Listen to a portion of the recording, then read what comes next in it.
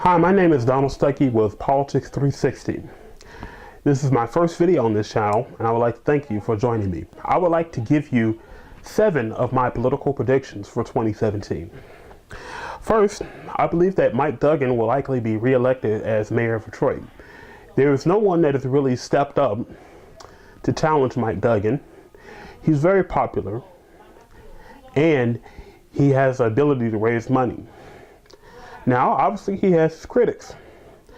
There are people who don't like some of the actions that he's taken, and obviously they point to the issues with the city's demolition program and the use of the Detroit Land Bank, which is something that was started under Mike Duggan. So we'll obviously see where this one goes. But unless there's somebody with good name recognition and an ability to raise the kind of money that's needed, Mike Duggan could be headed for a second term as mayor of the city of Detroit. The Democratic nomination for governor of Michigan is likely going to get very heated.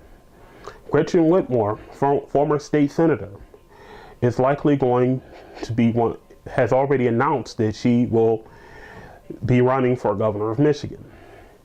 She'll likely face a more conservative Democrat named Mike Hackle from Macomb County.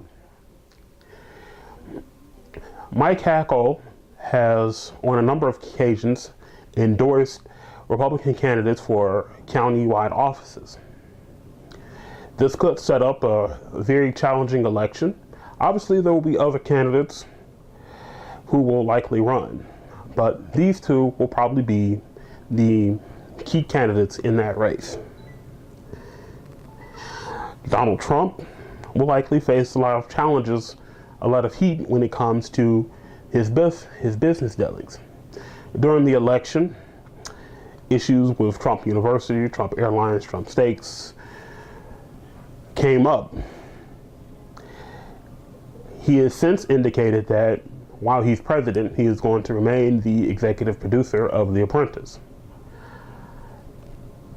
This is likely going to be and he's already faced a number of questions when it comes to this. This is something that's very unprecedented. Usually most presidents will usually shake off any business interests that they have before they take office. Donald Trump decided no, he's not going to do that. So we'll see if it's going to cause some issues or not. And early indications show that it probably will. Donald Trump will likely face, Donald Trump's relationships with Congress could deteriorate very quickly because of Russia. Donald Trump has been very supportive of Russia, and he seems to have an affinity for Vladimir Putin. He has called him a strong leader. This is very much different from Republican policy. Ever since Ronald Reagan and even prior, Republicans have had a very strong stance against Russia.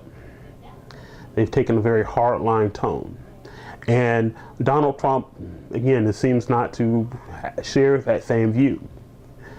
This could set him up to have some confrontations with his own party. If Congress considers to pass sanctions against Russia, they would likely have to override a Donald Trump veto.